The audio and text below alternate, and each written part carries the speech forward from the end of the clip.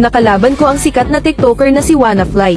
Nakita ko siya dito na pag-alagala kaya pinatulog ko muna. At ito ang mga sinabi niya. Hala, legit El Show ba yan? Parang kilala kita ah. Wanalipad, is that you? Nakita ko siya dito na hindi gumagalaw. Kaya naman pala kasi may sinasabi siya sa akin. Mas malakas ako magliyak kesa sa'yo, ihahaha. Malamang nasa creation camp ka naman nagko-contente. Masyado na ata bomo boses si Wanalipad kaya pinatahimik ko muna siya. Ewan ko ba ba't ang ingay niya, hindi ko naman siya inaaway.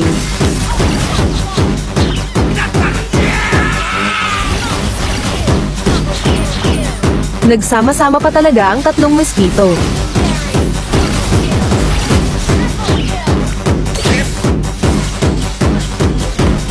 Aba, parang biglang nabaliktad ang laro dahil biglang sumakit ang damage ni Wanalipad at ako na ang laging namamatay. Nakalimutan ko na content creator din pala siya kaya may tinatago din siyang lakas. Huwag kayong mag-alala guys dahil never pa ako natalo ng kahit sino man na TikToker kaya abangan nyo sa late game kung nakabawi ba ako. Kung gusto nyo pala ako makalaro at malaman build ko kay Mia ay nasa bio ko ang link.